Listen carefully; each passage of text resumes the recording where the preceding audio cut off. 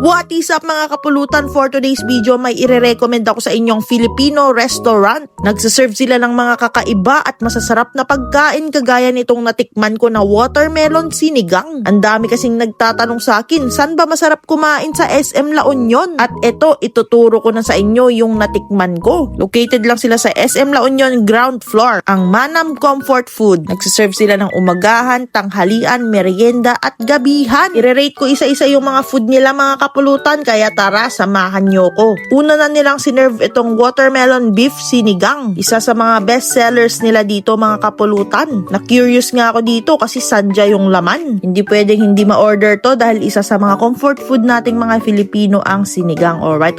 Isa din sa mga best sellers nila itong crispy sisig na walang egg at mayo. Pero hindi to magpapatalo. Next naman yung binabalik-balikan ko dito na crispy palabok. Itsura pa lang yan mga kapulutan, nakakatakam na, diba? Sa mga palabok lovers dyan kagaya ko, subukan nyo to. At baka mapa-alright din kayo. Alright. Specialty din daw nila ang crispy pata with garlic bits, kaya kumuha din tayo. Alright.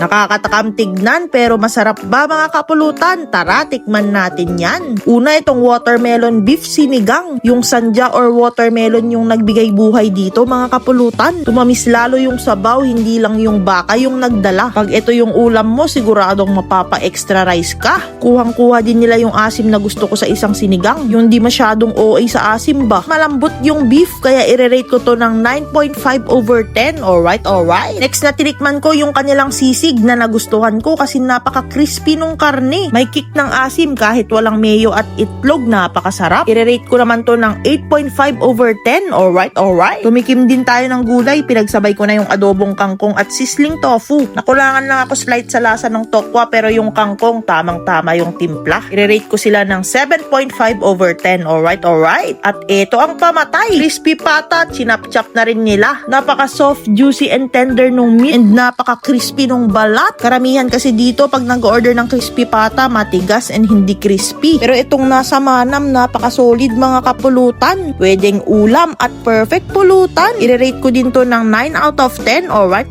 At isa sa mga paborito kong noodles itong palabok mga kapulutan. May shrimp and squid pa. Napaka-savory and complex yung flavor niya. Nakakaakit pa sa mata yung kulay niya. Parang may fiesta tuloy sa aking bunganga. I-rate ko to ng 9.2/10. Napaka-solid mga kapulutan. Yung di ko lang yata nagustuhan yung in-order ko na drink. Pomelo with kamyas, hindi siya matamis, medyo maasim siya. Nakulangan ako sa lasa. Pero yung in-order ng mga kasama ko, ube, masarap daw yon, kaya subukan nyo. All in all, nagustuhan ko yung mga food. Honest review to mga kapulutan at i-recommend ko sa inyo ang Manam. Wala na naman akong masabi kundi alright.